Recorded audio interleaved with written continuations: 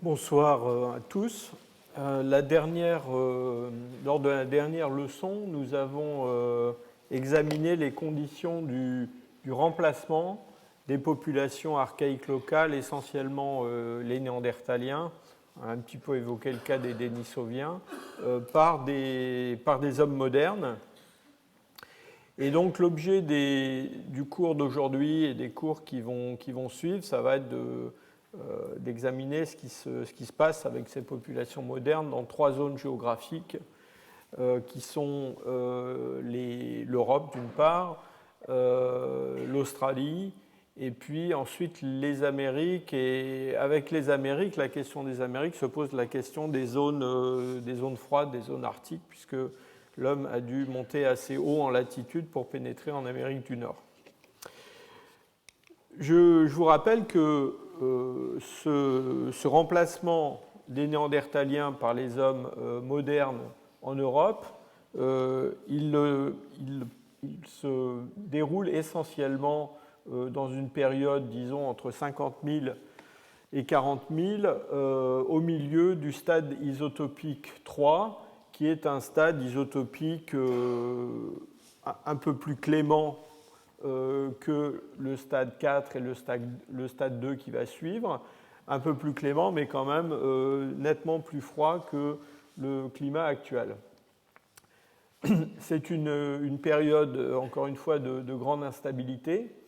Et après la disparition des derniers Néandertaliens, ce qui va se passer du point de vue climatique, donc pendant l'installation des hommes modernes dans nos régions, eh bien, c'est essentiellement une avancée vers ce pic de froid qui représente le dernier maximum glaciaire. Ce dernier maximum glaciaire, c'est la culmination du stade isotopique 2. Et après le stade isotopique 2, donc ce maximum de froid, on va plonger, si je peux dire, vers l'Holocène avec un réchauffement très rapide du climat et avec pendant ce réchauffement un retour bref, une espèce d'épisode un petit peu froid qu'on appelle le Dryas récent, et puis ensuite un climat qui ressemble beaucoup au climat d'aujourd'hui. Alors ce réchauffement climatique va mettre fin au Pléistocène, il va mettre fin aussi au temps paléolithique en modifiant considérablement les paysages dans lesquels ces hommes modernes vont évoluer pendant ce qu'on appelle le Paléolithique supérieur. Ce réchauffement climatique très rapide, d'ailleurs, nous donne une idée un petit peu de ce qui pourrait se passer aujourd'hui, en tout cas dans un avenir proche, si le réchauffement climatique s'accélérait, bien qu'on soit déjà dans une période relativement chaude. Ce maximum glaciaire donc, du stade isotopique 2, il coupe en deux, si je peux dire, le paléolithique supérieur. Il y a un paléolithique supérieur final qui est après la culmination de ce phénomène glaciaire. Et puis il y a un paléolithique supérieur plus ancien qui le précède. Et cette phase glaciaire, quand je dis qu'elle divise le paléolithique, vous allez voir que c'est vrai à des tas de points de vue, du point de vue culturel, du point de vue biologique aussi. Ce maximum glaciaire va avoir énormément d'importance. Donc voilà à quoi ressemble l'Europe donc au maximum de l'extension des glaciers sur le nord-ouest du continent. La géographie est complètement modifiée, la Manche a disparu, il y a des zones de la Méditerranée qui sont émergées, mais surtout ce qui se passe, c'est qu'il y a une grande partie de l'Europe du Nord et aussi de l'Europe centrale qui est couverte par des paysages qui sont véritablement des paysages polaires dans lesquels les hommes ne peuvent pas vivre. Et donc, au moment de ce maximum glaciaire, il va y avoir un retrait des populations Alors, retrait des populations, il ne faut peut-être pas forcément imaginer de grandes migrations, hein, mais ça peut être tout simplement l'extinction locale de certains groupes et puis leur survie dans d'autres régions. Si on zoome un petit peu sur une région que nous connaissons bien, qui est la France, eh bien, voilà à quoi ressemble la France pendant le dernier maximum glaciaire. Cette carte vous montre différentes formes de permafrost, de paysages de permafrost, et comment ils sont répartis dans notre pays. Donc, on a des zones où ce permafrost est seulement saisonnier, essentiellement dans l'ouest de la France, près de l'Atlantique. Et puis, dès qu'on pénètre à l'intérieur du pays, dans des zones plus continentales, là, on a un permafrost qui est continu, voire même qui est profond. Vous voyez que ça concerne une grande partie du pays. Alors, on a des distributions de gisements, on a une petite idée de où se trouvent les hommes à différentes époques, et je voulais vous montrer cette carte qui est une carte qui n'est pas vraiment une carte de distribution de sites, qui est une carte de modélisation où ces chercheurs ont utilisé les caractéristiques écogéographiques d'un certain nombre de sites connus à l'époque de ce maximum d'expansion des glaciers pour, dans le fond, déterminer quelles sont les conditions écologiques des hommes de cette époque-là et, dans le fond, quelles sont les zones habitables par eux en Europe. Et vous voyez tout de suite que, en gros, c'est essentiellement le sud de l'Europe qui est favorable aux occupations humaines, avec un phénomène de séparation, en gros, d'une partie sud-ouest de l'Europe, d'une partie qui est représentée par la péninsule italienne et puis les Balkans et l'Est de l'Europe. Alors, ça ne veut pas dire qu'il y a absolument personne là, mais en tout cas, il y a probablement peu de monde, ou en tout cas, des gens qui sont là peut-être seulement pour des épisodes assez brefs. Et donc, cette séparation, cette coupure de l'Europe en deux, pendant une période de temps qui n'est pas très longue, va avoir des effets quand même sur l'évolution des populations et sur l'évolution culturelle. Alors sur l'évolution des populations, c'est bien évident qu'il y a probablement une réduction de la taille des populations. Sur le plan culturel, eh bien, ce qu'on a, c'est une séquence de technocomplexes dans le Paléolithique supérieur, qui sont des technocomplexes qui, au début, sont identiques un petit peu partout en Europe. Donc, on commence avec le Paléolithique supérieur vrai, si je peux dire, l'Aurignacien. On a déjà parlé du proto-Aurignacien, de l'Aurignacien ancien et de l'Aurignacien lors de notre dernière rencontre. À cet Aurignacien succède un technocomplexe qu'on appelle le Gravétien. Et nous avons la chance aujourd'hui d'avoir le professeur Jiří Svoboda qui va prendre la parole après moi et qui vous présentera des sites gravétiens du centre de l'Europe qui sont les sites les plus extraordinaires, les plus spectaculaires de ces cultures. Mais quand on arrive proche du maxima glaciaire, eh bien, vous voyez qu'il se déroule une histoire différente à l'ouest et à l'est, avec l'apparition dans l'ouest de l'Europe d'une culture qu'on appelle le solutréen. Là, ici, j'ai mis sur cette diapositive quelques pointes solutréennes tout à fait caractéristiques avec leurs retouches bifaciales, qui sont des objets très, très spectaculaires. Mais ce solutréen, dans le fond, c'est une histoire essentiellement française, espagnole. Quand on va en Italie, quand on va dans d'autres régions d'Europe, eh bien, on trouve des industries qui sont très différentes, qu'on appelle les industries épigravétiennes. Et puis, à la suite du solutréen, là, le climat va graduellement s'améliorer. On a dans l'ouest de l'Europe une industrie qu'on appelle le magdalénien. Et puis tout ça se termine avec ce qu'on appelle l'épipaléolithique, qui est vraiment la fin des temps glaciaires et la fin du paléolithique. Tous ces technocomplexes, ils ont été définis pour certains il y a très très longtemps. L'Aurignacien, on en parlait déjà au XIXe siècle, enfin à la fin du XIXe siècle.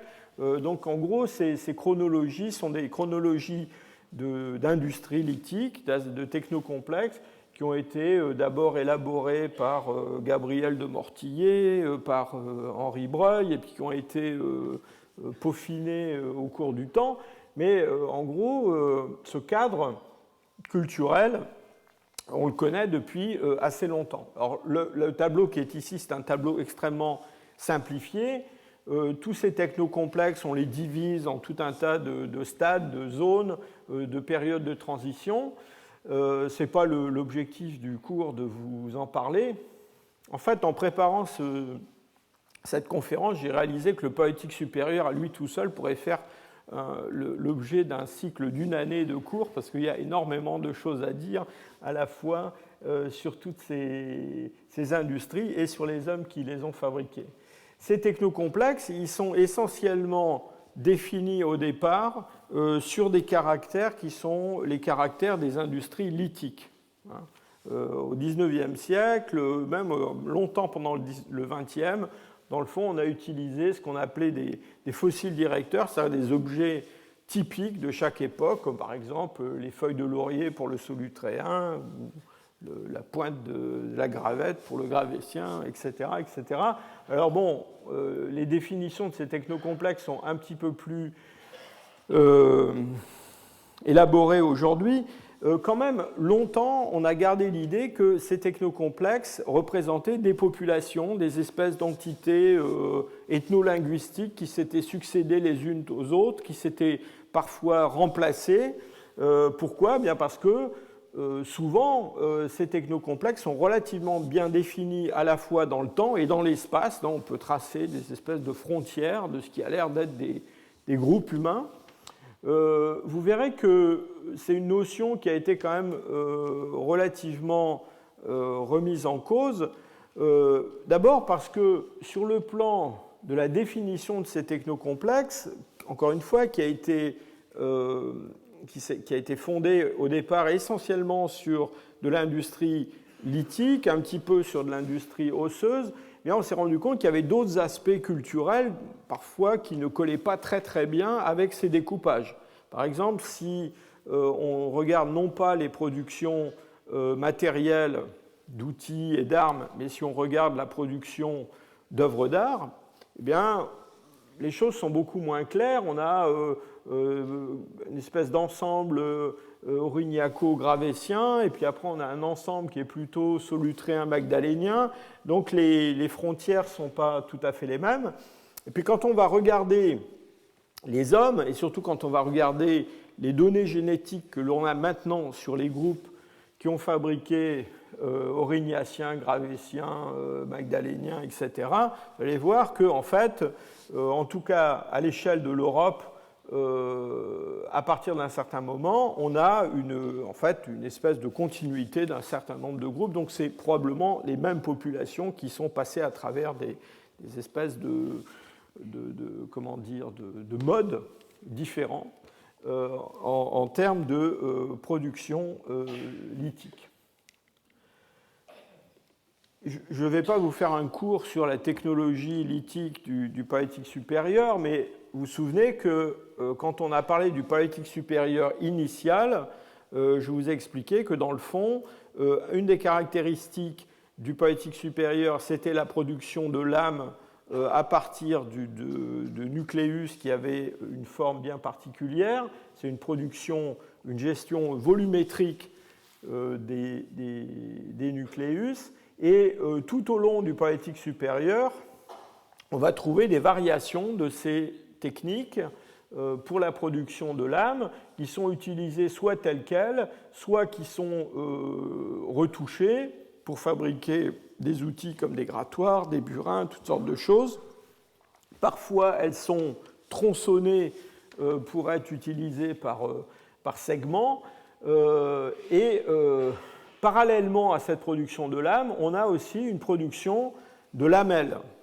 Et ces lamelles, on en a parlé en particulier à propos du proto-aurignacien, je vous expliquais que ces lamelles, elles étaient importantes pour la production d'armatures de projectiles, probablement assez compliquées, composites, avec mélangeant le bois, peut-être des matières dures animales, ces lamelles armées à la pointe de ces projectiles, parfois sur le bord, sur le tranchant. Ces lamelles, elles sont fabriquées à partir de petits nucléus qui ressemblent parfois à des gros grattoirs. D'ailleurs, on parle pour l'Aurignacien, par exemple, on parle de grattoirs carénés. Ces gros grattoirs, en fait, ne sont pas vraiment des grattoirs, sont des blocs de matières premières à partir desquels on a fabriqué ces petits objets. Alors, ces deux lignes de production de support pour fabriquer des outils, on les trouve dès le début du Paléolithique supérieur dans l'Aurignacien. On a parlé un petit peu aussi à propos du châtel-péronnien. Dans le châtel-péronnien, on a aussi de la production de lames et de la production de lamelles, même si on pense que le châtel-péronnien a été plutôt fabriqué par les derniers néandertaliens. Donc on a ça dès l'Aurignacien ancien, et puis ça va se perpétuer dans le Paléolithique supérieur avec des modalités différentes dans tous ces technocomplexes. L'autre chose qui est tout à fait remarquable du point de vue technique et comportemental dans le Paléolithique supérieur, c'est l'utilisation des matières dures animales, os, ivoire et bois de cervidés, essentiellement du bois de renne, pour fabriquer toute une variété d'objets et en particulier, encore une fois, des armatures de projectiles. Donc, dès l'Aurignacien, on a ces pointes de saguet à base fendue qui sont utilisées probablement avec des instruments pour les propulser avec plus de puissance et plus de précision. Et puis, ces saguets, on va en trouver tout au long du Paléolithique supérieur. À la fin du Paléolithique supérieur, on trouve à côté des saguets, on trouve aussi des harpons à un rang de barbelure, à 2 rangs de barbelure. Donc, il y a toute une littérature sur l'évolution de cette variété d'armes. Ces propulseurs qui ont donné d'ailleurs, qui ont fait l'objet de production ce qu'on peut vraiment considérer comme des œuvres d'art. Certains de ces propulseurs magdaléniens sont des objets absolument extraordinaires parce que le crochet est en fait une sculpture qui représente souvent des animaux. Alors ces propulseurs très, très bien représentés dans le magdalénien, ils ont été probablement précédés par des choses plus simples et peut-être qui remontent même au-delà du Paléolithique supérieur. Pourquoi ? Parce qu'en fait, on peut aussi utiliser comme instrument de propulsion, non pas un propulseur rigide, mais on peut aussi utiliser un propulseur qui est fait d'une lanière ou de quelque chose en textile et qui malheureusement ne laissera pas de traces dans le registre archéologique. Les productions d'objets en matière dure animale, encore une fois, on pourrait passer 1 heure de cours à détailler ces techniques. Il y a des objets absolument extraordinaires. Enfin, en tout cas, à moi, ils me paraissent extraordinaires. Je ne sais pas si à vous, ils vous paraissent extraordinaires. J'aime particulièrement cet objet qui a été décrit dans l'Aurignacien ancien du Jura souabe, et c'est un objet qui est un objet donc en os avec 3 perforations. Je crois qu'il est en ivoire celui-là, avec 3 perforations, et ces perforations, vous voyez qu'elles sont agrémentées, si je peux dire, de rainures en forme spirale. Eh bien, cet objet, c'est un objet qui sert à fabriquer des cordes. Et donc, en faisant passer des fibres végétales ou des lanières de n'importe quoi, eh bien, elles vont tourner, elles vont se vriller sur elles-mêmes et on va arriver à produire des cordes d'une longueur aussi longue que l'on veut. Et ça, c'est juste un exemple que je voulais vous montrer, mais on trouve toute une variété de techniques de ce genre-là dont on n'a absolument aucun équivalent. dans les périodes qui ont précédé. On est à 40 000, je vous rappelle qu'à 42 000 ou 43 000, dans nos régions, il y a des Néandertaliens, et à ma connaissance, on n'a jamais trouvé quelque chose qui ressemble, même de très loin, à cela chez nos Néandertaliens. Et puis ces matières dures animales, alors elles servent aussi à fabriquer toute une variété d'objets de parure, d'objets d'art mobilier. Vous imaginez bien que derrière ces objets, il y a tout un corpus de croyances, une mythologie, évidemment, dont il ne nous reste rien aujourd'hui. Autre aussi type d'objet absolument extraordinaire, des instruments de musique pour la première fois. Alors on a parfois cru reconnaître dans le moustérien des instruments de musique, des flûtes fabriquées en os. Bon, ces flûtes moustériennes, en fait, ce sont des os qui ont été mâchés par des carnivores, par des hyènes en particulier, et ces os, ils ont 2 perforations qui correspondent à l'écartement des canines des hyènes et n'ont rien d'instrument de musique. Et ce n'est pas parce qu'on peut faire du bruit avec que ça devient des instruments de musique. On peut jouer, il y a des gens qui sont très forts pour jouer de la musique avec des verres à moutarde. Ce n'est pas pour ça que les verres à moutarde sont des instruments de musique. Donc là, on a absolument quelque chose de différent. Ce sont des flûtes qui sont très très élaborées, qui sont fabriquées en os d'oiseau, qui sont fabriquées parfois en ivoire. Alors celles qui sont en ivoire sont composites. Il y a plusieurs parties pour fabriquer la flûte.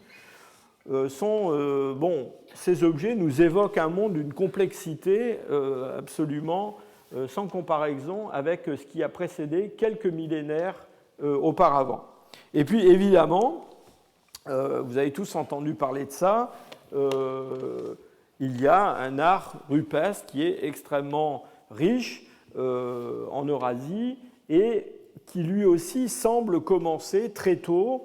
Alors avec l'art paléolithique, il y a un problème de conservation, on n'est pas sûr, on est même sûr de ne pas avoir les premières formes d'art rupestre, parce que la conservation des œuvres rupestres, elle n'est pas automatique, et donc il y a probablement de nombreux sites, surtout ceux qui étaient près de si je peux dire, de l'extérieur, près qui étaient exposés aux agents naturels qui ont disparu, mais on a dès l'Aurignacien des œuvres rupestres, en particulier celles qui ont été découvertes à la grotte de Chauvet-Pont d'Arc ou celles de la grotte d'Arcy-sur-Cure, qui sont parmi les plus anciennes manifestations d'art rupestre, avec une complexité de techniques et de styles qui implique une longue histoire, une longue évolution avant la production de ces œuvres. Donc voilà ce que je voulais vous dire sur l'aspect, c'est très très bref, mais je pense qu'il fallait que ce soit dit, sur les comportements de ces hommes. Et on va regarder maintenant d'un peu plus près les hommes eux-mêmes, et les populations et les restes qu'elles ont laissés derrière elles. Alors il y a un problème que je veux aborder, c'est une sorte de parenthèse dans le cours, mais je pense que c'est le bon moment pour l'aborder. C'est la question de la datation au radiocarbone, au carbone 14. Alors, pourquoi j'en parle maintenant ? Bien parce que tous ces restes humains dont on va parler, appartiennent à une période de temps qui est, si je peux dire, la période de prédilection pour l'application de la méthode du carbone 14, qui en gros s'applique depuis le présent jusqu'aux environs de 45 000, 50 000 quand on a vraiment de la chance. Donc c'est vraiment la méthode qui est, je ne dis pas uniquement, mais qui est très préférentiellement utilisée pour le paléolithique supérieur. Je ne sais pas à quel point vous êtes familier avec le carbone 14, mais le principe de la datation carbone 14 est un principe qui est assez simple. Donc il y a dans la haute atmosphère une transformation d'atomes d'azote en carbone, qu'on appelle le carbone 14. Qu'est-ce qui se passe ? Eh bien, ce sont des des radiations cosmiques qui bombardent avec des neutrons ces atomes d'azote. Ces atomes d'azote, ils perdent un proton, ils gagnent un neutron, et ils se transforment en un isotope du carbone qu'on appelle le carbone 14, qui possède donc 6 protons et 8 neutrons dans son noyau, et qui est instable, qui est radioactif. Alors ce carbone 14, il est très très rare dans l'atmosphère. On parle d'un atome de carbone 14 pour 1000 milliards d'atomes normaux de carbone. Donc ce n'est pas beaucoup, mais c'est suffisant quand même pour rendre votre corps radioactif, parce que vous respirez l'atmosphère, et dans l'atmosphère, il y a du gaz carbonique, et dans ce gaz carbonique, il y a un petit peu de carbone 14.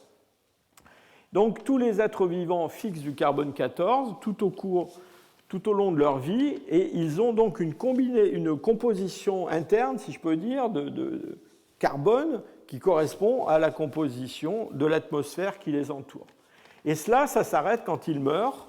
Et quand ils meurent, eh bien, ils arrêtent de respirer, ils arrêtent d'absorber du carbone 14. Et donc, ce qui se passe à partir de ce moment-là, c'est que le carbone 14 qui est contenu dans leur tissu, eh bien, il va se désintégrer puisqu'il est radioactif, et sa quantité va diminuer au cours du temps. Tous les 5730 ans, la moitié du carbone 14 disparaît. Donc, la quantité de carbone 14 se réduit de façon très très rapide. Vous voyez qu'au bout d'un moment, il en reste très très peu. C'est pour ça qu'on ne peut pas remonter aussi loin que l'on voudrait avec cette datation carbone 14. Et pourquoi je vous parle de ça maintenant? Eh bien parce que, je vous l'ai dit, un grand nombre de sites et de restes humains, d'objets du Paléolithique supérieur sont datés directement avec le carbone 14. Et donc vous avez dans la littérature une abondance de dates. Et je voudrais bien préciser quelque chose qui est très, très importante. Les âges carbone 14 que vous trouvez dans la littérature ne sont pas des âges réels. Ce sont des âges carbone 14. Pourquoi ? Eh bien parce que la quantité de carbone 14 qu'il y a aujourd'hui dans l'atmosphère, ou qui a été dans l'atmosphère, disons, dans les périodes historiques, eh bien, ça n'est pas la quantité de carbone 14 qu'il y a eu toujours dans le passé dans l'atmosphère. Et donc, on ne peut pas utiliser une relation aussi simple que celle-là pour établir le temps écoulé à partir de la concentration de carbone 14. Alors, il y a un cas, il y a une situation très particulière depuis les années 1950, parce qu'on a fait énormément d'expérimentations atomiques, atmosphériques, donc on ne parle pas de la concentration de carbone 14 depuis 1950, mais si on remonte avant 1950, eh bien, il y a une légère différence à différentes périodes du passé entre l'âge carbone 14 et puis l'âge réel qu'on appelle l'âge calendaire. Et cela, on s'en est aperçu assez vite. Pourquoi ? Eh bien parce que pour des périodes récentes de la préhistoire, on avait d'autres moyens que le carbone 14 pour établir un âge calendaire. En particulier, pour le néolithique, on pouvait utiliser une méthode qui est la dendrochronologie, qui est une méthode qui est fondée sur le comptage de stries d'accroissement dans les bois, et on peut connecter la chronologie d'un morceau de bois à un autre et remonter comme ça dans le passé très très loin. Et en faisant ça et en datant ces bois au carbone 14, on s'est rendu compte que les dates ne collaient pas. Et donc il fallait construire ce qu'on appelle une courbe de calibration qui donne la correspondance entre un âge carbone 14 et l'âge réel. Alors pendant très longtemps, malheureusement, cette courbe de calibration, elle ne remontait pas aussi loin que la possibilité d'utiliser le carbone 14, le radiocarbone, pour dater des sites. Et donc, disons que jusqu'il y a pas très longtemps, quelques années seulement, eh bien, tous les âges, disons, au-delà de 25 000 ans que vous trouviez dans la littérature, c'était des âges carbone 14. Et depuis quelques années, on a pu prolonger cette courbe de calibration jusqu'à 50 000 ans. Et on commence à trouver dans la littérature des âges carbone 14 et des âges qui sont en fait des âges calibrés, des âges calendaires, des vrais âges. Et j'attire votre attention sur ce fait parce que quand vous lisez un article où il est dit tel objet a 26 000 ans, 28 000 ans, 35 000 ans, regardez bien ce qu'il y a écrit derrière. Parce que s'il y a écrit BP, ça veut dire before present, ça veut dire en fait avant 1950. Et si vous voyez cal BP, ça veut dire calibré. Et la différence peut être très importante. Par exemple, un âge carbone 14 de 35 000 ans correspond à un âge calibré d'à peu près 40 000. Donc ça fait une différence assez importante. Et plus on remonte dans le temps, et plus cette différence est importante. Un autre aspect des datations au carbone 14, c'est le fait que plus on remonte dans le temps et plus la méthode devient sensible à toute forme de contamination des échantillons par du carbone moderne. Vous voyez qu'avec seulement 1% de contamination, à 20 000 ans, eh bien, on fait déjà une erreur de l'ordre de 1000 ans. Et alors, dès qu'on s'éloigne dans le passé, vers 35 000, vers 40 000, alors l'erreur faite avec juste 1% de contamination devient rédhibitoire. Quasiment, on ne peut plus utiliser la méthode. Et ça implique un traitement chimique, qu'on appelle un pré-traitement, très très soigné des échantillons, qui peuvent être des échantillons de charbon ou des échantillons d'os. Je vous ai parlé de datation directe d'objets.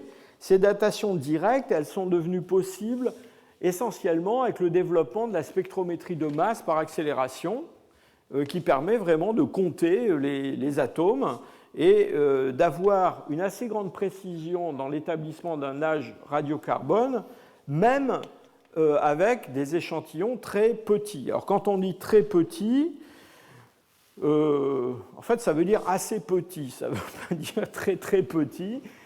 Concrètement, si vous voulez dater, par exemple, un crâne ou un objet, une pointe de saguet, en utilisant le carbone 14, eh bien, il vous faut à peu près 500 mg d'os.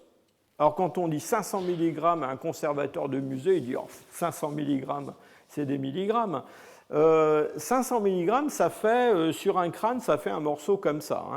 Donc, ce n'est pas complètement négligeable. Et s'il est possible de dater des objets assez gros directement, des tout petits objets, par exemple des objets de parure ou des objets d'art, bien, on ne les date pas directement parce qu'il faudra en enlever un morceau assez conséquent. Alors, on travaille constamment à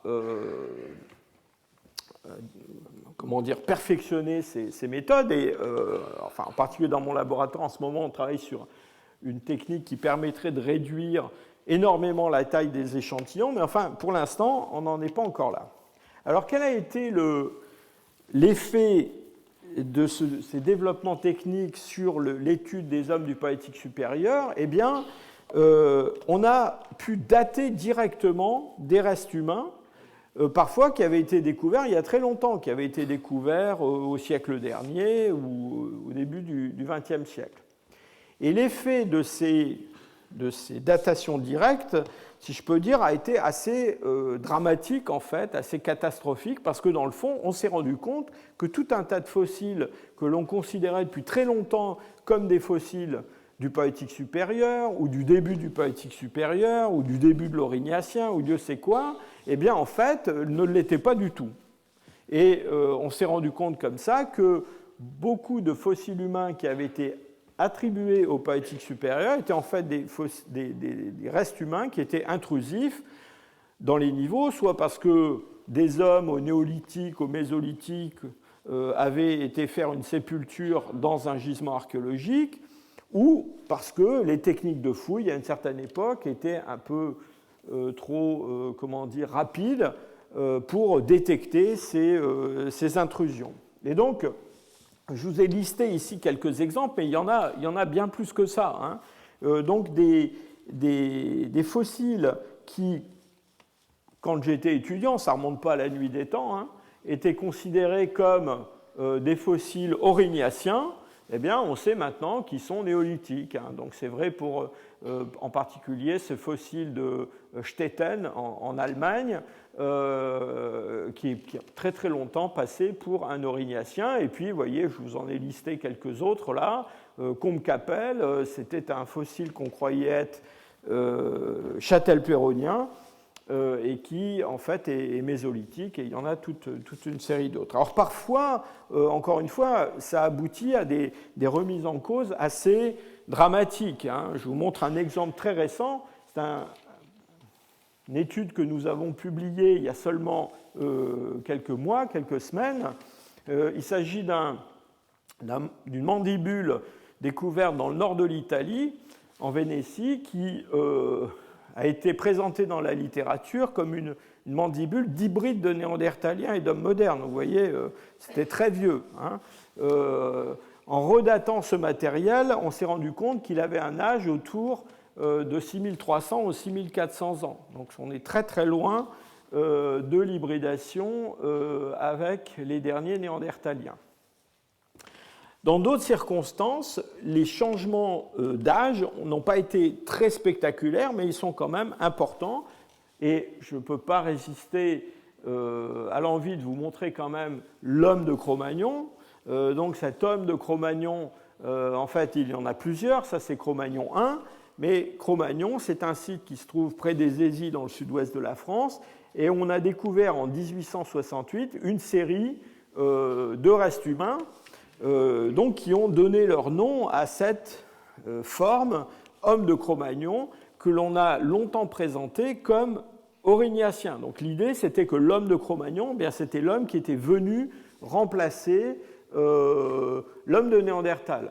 Alors, là encore, on a pu dater non pas directement les ossements, mais on a daté des littorines, des petits coquillages qui étaient des objets de parure dans la sépulture de Cro-Magnon, et on sait maintenant que Cro-Magnon est paléolithique supérieur, mais qu'il est certainement beaucoup plus récent que l'aurignacien et plus probablement gravétien. Alors, faisons maintenant un tour un petit peu de ces restes humains. Je ne vous les montrerai pas tous, mais je veux surtout insister sur les formes les plus anciennes.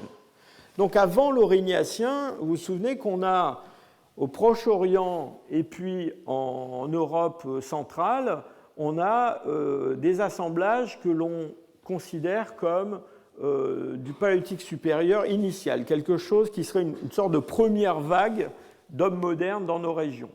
Alors on a quelques restes humains à Ksarakil au Liban et puis à Uçözli en Turquie, à la frontière syrienne.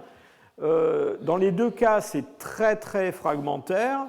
Je ne suis pas très sûr qu'on puisse dire vraiment quelque chose des restes de Ksarakil. Sur Uçözli, bon, j'ai vu ces dents, pour moi elles sont modernes, hein, des hommes modernes. Quand on vient en Europe de l'Est et en Europe centrale, alors il y a un site en Bulgarie qui s'appelle Batchokiro, où on avait trouvé quelques restes humains associés à un paléolithique supérieur initial qu'on appelle le Batchokirien. Ce sont des restes, malheureusement, qui ont été perdus depuis leur découverte. Ça arrive de temps en temps. Et puis ensuite, on a cet assemblage dont on a parlé plusieurs fois déjà, le Bohunicien, en Moravie, par là. Et ce Bohunicien, alors lui, malheureusement, il se présente dans des sites qui sont généralement des sites, des dépôts de l'os, qui ne conservent pas l'os, et donc on n'a pas de fossiles bohuniciens.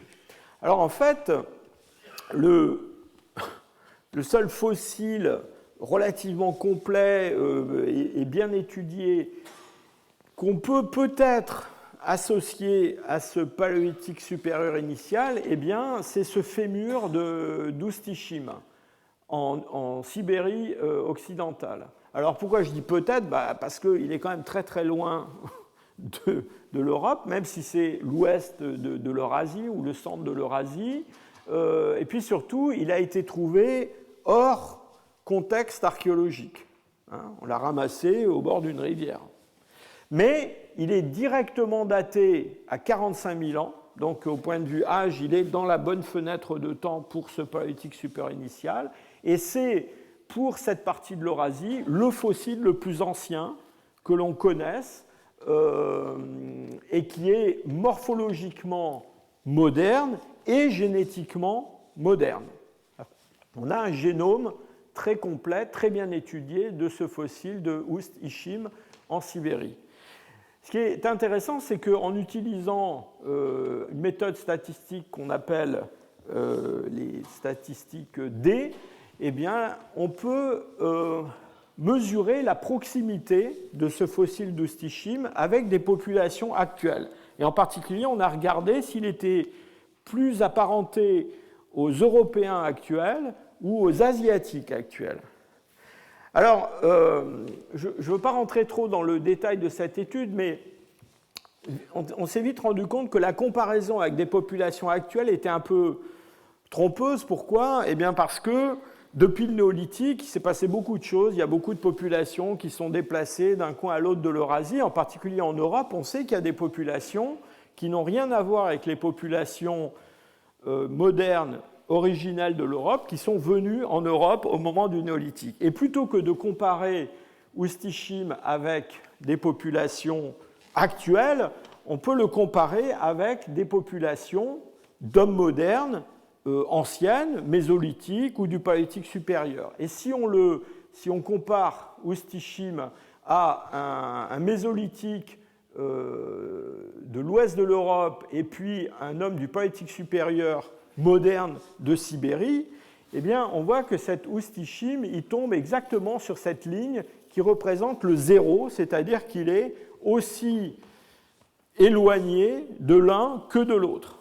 Et l'interprétation que l'on fait généralement de cette situation, eh bien, c'est qu'on a une forme en fait, qui précède la divergence entre asiatiques et européens des périodes récentes du Pléistocène ou de l'Holocène, et même qui possiblement n'a en fait aucune relation de descendance avec des populations actuelles. Donc c'est une première vague qui peut-être s'est éteinte, qui a été remplacée par d'autres vagues de peuplement.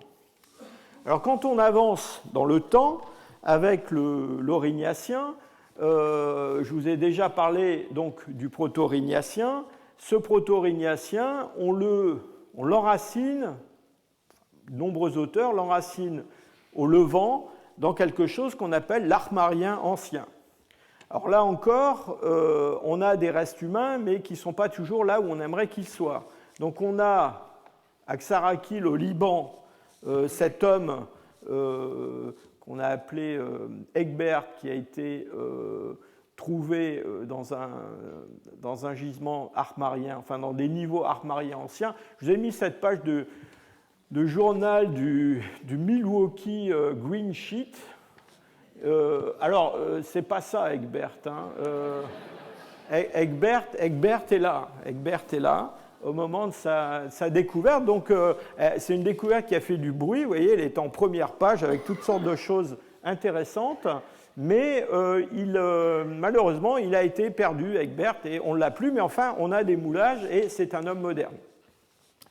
On a quelques restes très fragmentaires dans le proto-Aurignacien, des dents, qui ont été découverts dans le nord de l'Italie et qui sont modernes. On a publié ça il n'y a pas très longtemps. Il y a un fossile que je voudrais mentionner quand même s'il est découvert hors contexte stratigraphique lui aussi, comme Oust-Ishim, sont les fossiles de Pestera Cu-Oase en Roumanie, dont je vous ai aussi déjà parlé. Deux pièces, un crâne et une mandibule. C'est la mandibule qui est la mieux datée. On a une date qui est autour de 40 000 calibrés. Donc on parle de date calibrée. Et ces fossiles, eh bien, dans le fond, chronologiquement, ils pourraient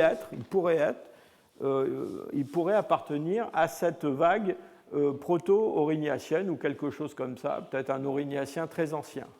Je vous rappelle que Pestera Cu-Oase, c'est un individu qui est seulement quelques générations avec un épisode d'hybridation avec des néandertaliens. Vous voyez qu'il a une quantité d'ADN néandertalien très au-dessus de ce qu'on a chez d'autres hommes du Paléolithique supérieur d'Europe.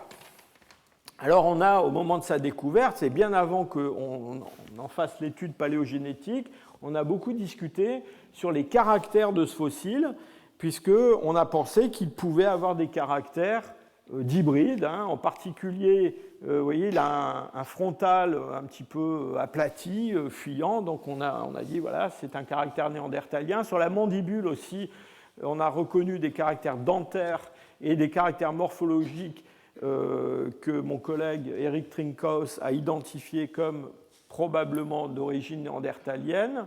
C'est un peu, j'allais dire, compliqué d'utiliser la morphologie pour reconnaître ce caractère d'hybride. Pourquoi ? D'abord parce qu'on ne sait pas trop combien d'ADN néandertalien il faut pour que ça se voit vraiment sur le crâne, les dents, la mandibule. Pas vraiment de point de référence. Je vous ai mis là une photo d'un crâne qui vient d'Égypte, qui date de 38 000 ans, et qui est un des premiers hommes modernes qu'on a dans cette région-là. Et il a en fait, assez curieusement, en particulier dans la région frontale, des caractères qui ressemblent à l'homme d'Oasé, Koupestera. Et donc la question avec ces hommes modernes anciens, c'est toujours quand on trouve un caractère un petit peu bizarre, est-ce que c'est un héritage néandertalien ou c'est pas simplement parce qu'ils sont très vieux et qu'ils sont différents de nous, hein. Alors je ne veux pas me montrer malicieux trop, mais je vous ai mis aussi une photo de Stetten. Vous savez, Stetten, c'est ce fameux crâne qu'on croyait être aurignacien. Et alors pendant très longtemps, on a discuté sur Stetten d'un caractère qui est la forme du foramen mandibulaire à l'intérieur de la mandibule, qui est une forme ovale et orientée horizontalement. Et ça, c'est un caractère qui a une fréquence assez élevée chez les néandertaliens. On le trouve par exemple sur l'homme lachapalocin. C'est un peu malencontreux que maintenant ce fossile, on se soit rendu compte qu'il est néolithique, parce qu'évidemment, ça enlève un petit peu de valeur à ce caractère, puisqu'on voulait en faire aussi, lui, un hybride à cause de ce caractère. Soit étant passant, la mandibule d'Oasé a aussi ce caractère-là, et on a aussi dit à propos d'Oasé que c'était un caractère néandertalien, donc je vous laisse juger de la valeur de cet argument. Alors pour Oasé, même histoire que pour Ustishim, hein. Quand on compare avec des populations actuelles, alors il a l'air d'être plutôt asiatique, ce qui est quand même un petit peu bizarre pour un fossile trouvé en Roumanie, mais quand on se met à le comparer avec des formes plus anciennes, et qu'on essaie de voir comment il se situe entre des Asiatiques et puis justement Ustishim ou des hommes du Paléolithique supérieur d'Europe ou du Mésolithique, vous voyez qu'il tombe lui aussi un peu entre les deux, enfin pas un peu, il tombe complètement entre les deux, et dans le fond, on pense aussi que ce fossile de Pestera coasé, eh bien, il n'a probablement pas beaucoup de descendants dans les populations européennes actuelles. Alors avançons encore dans le temps avec l'Aurignacien lui-même. Donc dans l'Aurignacien, là on commence à avoir des restes humains beaucoup plus abondants. Alors, on n'en a pas beaucoup dans le tout début de l'Aurignacien, mais on en a. Alors on en a en France, on en a en Europe occidentale, on en a dans plusieurs sites français. Je vous en ai mis ici 4 qui sont assez connus. Ce sont des restes qui sont des restes fragmentaires, mais qui sont des restes indubitablement modernes. Vous voyez par exemple cette mandibule de Quina aval, elle a un joli petit menton osseux qu'on s'attend à trouver sur un homme moderne. On en a aussi en Allemagne, ces gisements du Jura Souabe, où on a de l'Aurignacien, on a aussi quelques restes humains. Alors, ce qui est intéressant avec ces restes humains aurignaciens, c'est que on n'a pas de sépulture avec un corps qui a été enterré, qui est complet, qui est en connexion, etc. On trouve des restes humains qui sont des restes fragmentaires, qui sont des restes qui ont été parfois découpés intentionnellement. On a plusieurs exemples où on a des traces de découpe sur ces os qui ont été faites sur de l'os frais. À Brassampouille, à la grotte de Combes aussi, on a des dents humaines qui ont été percées, qui ont été portées en pendeloque. Donc on a un intérêt pour les restes humains, si je peux dire, mais qui ne se manifeste pas de la façon, j'allais dire, classique de l'inhumation d'un corps complet. Donc très probablement, ces Aurignaciens, ils ont des rites funéraires un petit peu compliqués, et on rapproche ça aussi de cette situation de Pestera couasé. Je vous rappelle que Pestera couasé, la mandibule et le crâne que je vous ai montrés, eh bien, sont des fossiles qui ont été trouvés au fond d'une grotte, qui ont été apportés là par les hommes, qui ont été laissés dans cette grotte, mais qui ont été déposés en quelque sorte. On a peut-être une situation un peu du même genre, avec d'autres fossiles aurignaciens, alors là, au centre de l'Europe, qui viennent d'un gisement qui s'appelle Mladèche, en Moravie. Et là, c'est pareil, on a une quantité assez importante de restes humains. En général, dans l'Aurignacien, on a une surreprésentation des crânes et des mandibules par rapport au reste. C'est peut-être pas insignifiant.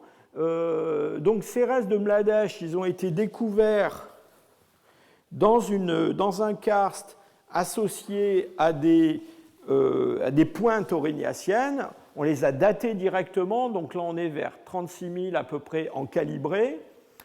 Là encore, on ne sait pas très bien quelle est l'histoire de ces crânes et comment ils sont arrivés là. Mon collègue Jiris Voboda, qui m'a un jour fait visiter le gisement de Mladèche, eh bien, je crois que son idée, c'est que ces crânes, en fait, ils étaient déposés, ils étaient en quelque sorte exhibés quelque part, et ils sont tombés dans ce karst, peut-être avec ces points. Donc des comportements assez particuliers. En fait, dans l'Aurignacien, quelque chose qui ressemble à l'Aurignacien, le seul squelette qu'on ait et qui est certainement inhumé, eh bien, c'est cet homme de Kostenki, mais alors là, on est dans le sud de la Russie, on est très très loin de l'Europe occidentale, et donc on a un individu qui est daté autour de 37 000 et qui a été inhumé en position fléchie et qui est assez complet. On a fait pas mal d'études sur ce spécimen, donc les collègues russes ont beaucoup étudié son anatomie, ont fait des reconstitutions. On a fait des datations directes en utilisant des méthodes assez sophistiquées qui ont permis d'obtenir cet âge. Et on a aussi fait de l'analyse génétique. Et cette année, donc récemment, il y a eu une étude qui a été publiée, qui est une synthèse de toutes les informations génétiques qu'on a sur tous ces hommes du Paléolithique supérieur, en tout cas ceux pour lesquels on a pu extraire de l'ADN.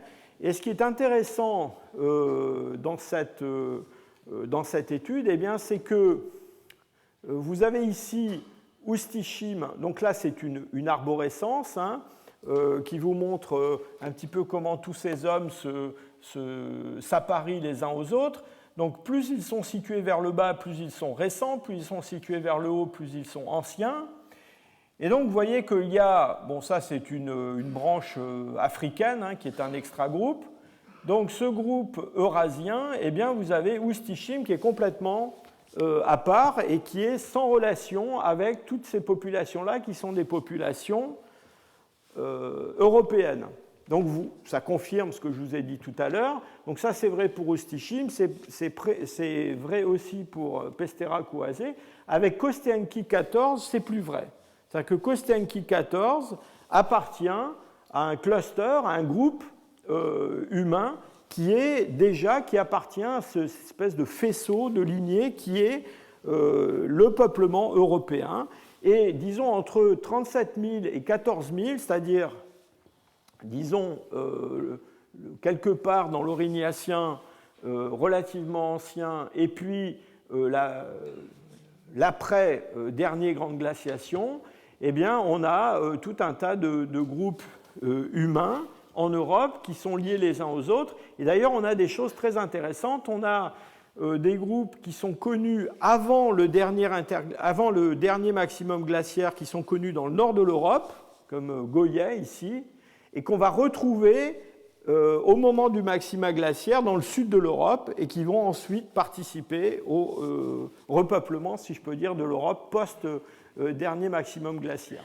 L'autre résultat qui a apporté cette étude, eh bien, c'est le fait que, à partir de cette date de 14 000, eh bien, ce qu'on voit, c'est que toutes ces lignées-là, elles commencent à se mélanger avec des populations qui n'ont pas de connexion directe avec elles, mais qui viennent du Proche-Orient. Et donc, à partir de la fin de la dernière glaciation, on a cette arrivée de populations qui viennent du Proche-Orient en Europe et qui se mélangent à ces groupes européens. Donc, vous voyez encore que ce maximum glaciaire, il a quand même une grande importance pour les populations européennes, même s'il n'entraîne pas une extinction et un repeuplement de l'Europe. En fait, ce que ça entraîne surtout, c'est une réduction, puis un repeuplement, mais à partir de l'Europe, et c'est seulement après le maximum glaciaire qu'on a ces influx de populations qui viennent de l'Est. Alors, au néolithique et plus tard, l'âge du bronze, etc., ça va se compliquer encore plus, mais ça sort un peu de mon sujet. Autre chose que je vous ai déjà dit, mais la pédagogie, c'est la répétition, je vous ramène cette histoire de lignée mitochondriale U6. Vous vous souvenez, c'est cette lignée qui est représentée en Afrique du Nord et qui ne s'enracine pas dans l'arbre des haplotypes mitochondriaux africains. Et on sait que l'haplotype U6, eh bien, il doit s'enraciner quelque part en Eurasie. Eh bien, depuis donc pas très longtemps, vous voyez, ces deux publications de 2016, donc elles sont toutes fraîches, l'encre n'est pas complètement sèche encore, eh bien, on a deux individus de Roumanie, d'un gisement qui s'appelle Pestera Muiri, qui ont environ 35 000 ans et qui nous donnent, qui ont livré cet haplotype U6 sous une forme assez primitive. Et donc ça confirme bien ce que je vous ai dit quand on a parlé de l'histoire des hommes modernes en Afrique, c'est-à-dire que très certainement, après cet âge-là, donc peut-être autour du dernier maximum glaciaire, eh bien, il y a un repeuplement de l'Afrique du Nord à partir de populations de l'ouest de l'Eurasie. Alors, on avance dans le temps. Je vous ai dit que les Aurignaciens, on n'avait pas de sépultures très, très nombreuses, très spectaculaires. Alors, le paysage va changer complètement à partir du milieu du Paléolithique supérieur, et singulièrement quand on va arriver dans le Gravétien. Jiří Svoboda va vous montrer certainement certaines de ces sépultures, mais je ne résiste pas quand même au plaisir de vous montrer 2 ou 3 images, parce qu'on a affaire à des hommes qui investissent énormément dans certaines de ces sépultures, avec des rites extrêmement compliqués.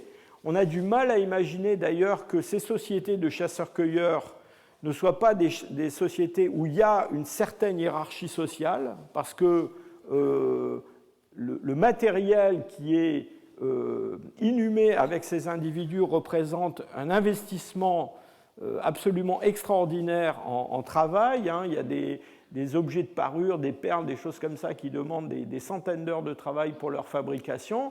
Et voilà une de ces sépultures les plus anciennes et les plus spectaculaires qui viennent de la région de Moscou, enfin c'est à peu près à 200 km de Moscou, Sungir, aux alentours de 33 000, 35 000. Soit dit en passant, ces hommes, à la veille du maximum glaciaire, vont très haut en latitude déjà. Ils sont dans la région de Moscou.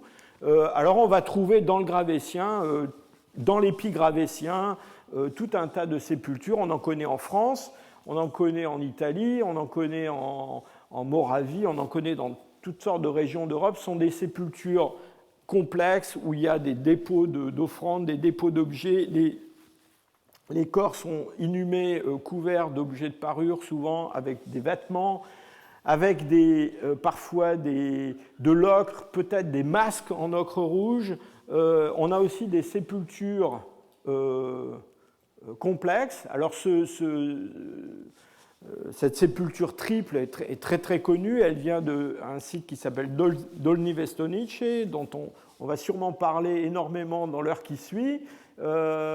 On a des sépultures comme cela aussi dans l'épigravétien, dans le gravétien, avec des individus enterrés ensemble, souvent d'ailleurs des individus qui ont des caractères un petit peu anormaux, des pathologies. On a des nains qui sont enterrés avec d'autres gens. Enfin, tout ça, ça évoque un monde d'une grande complication. Ça, c'est une découverte assez récente, quelque chose d'une rareté extraordinaire. Ce sont deux nouveau-nés enterrés ensemble, couverts d'ocre rouge, probablement des jumeaux, couverts par une omoplate de mammouth dans un gisement en Autriche qui s'appelle le Krems-Wartberg.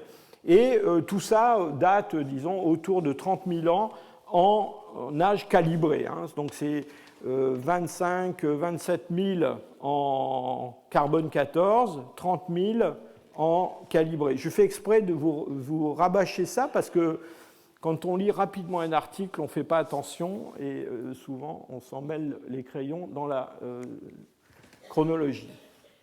Alors, pour finir, je voudrais vous dire quelques mots sur l'évolution de ces hommes sur le plan physique. Donc on va les laisser passer le dernier maximum glaciaire et partir dans l'Holocène, si je peux dire, dans le Mésolithique.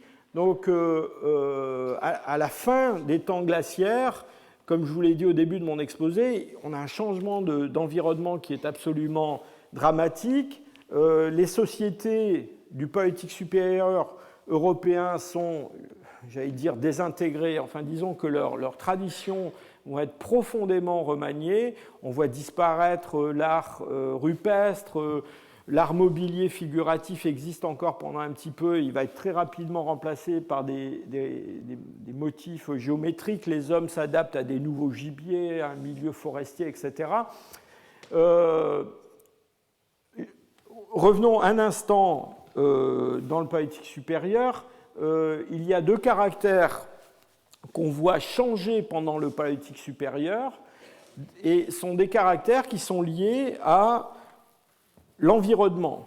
Alors vous vous souvenez que quand on a parlé du remplacement des Néandertaliens par les hommes modernes, je vous ai dit les hommes modernes, ils ont dans le fond incorporé un petit peu de caractère génétique néandertalien, tout petit peu, quand ces caractères étaient favorables du point de vue de l'environnement. Et du point de vue de l'environnement, c'était des histoires de pigmentation, c'était des histoires d'ultraviolet, de taches de rousseur, et puis d'immunologie, essentiellement.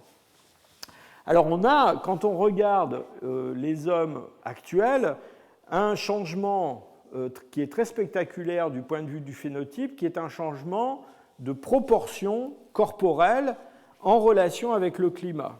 Donc en gros, ça c'est une étude qui a été publiée il y a quelques années par Trenton Holliday sur les proportions corporelles, c'est-à-dire la taille des membres, la largeur du tronc, la longueur du tronc, la longueur des différents éléments des membres.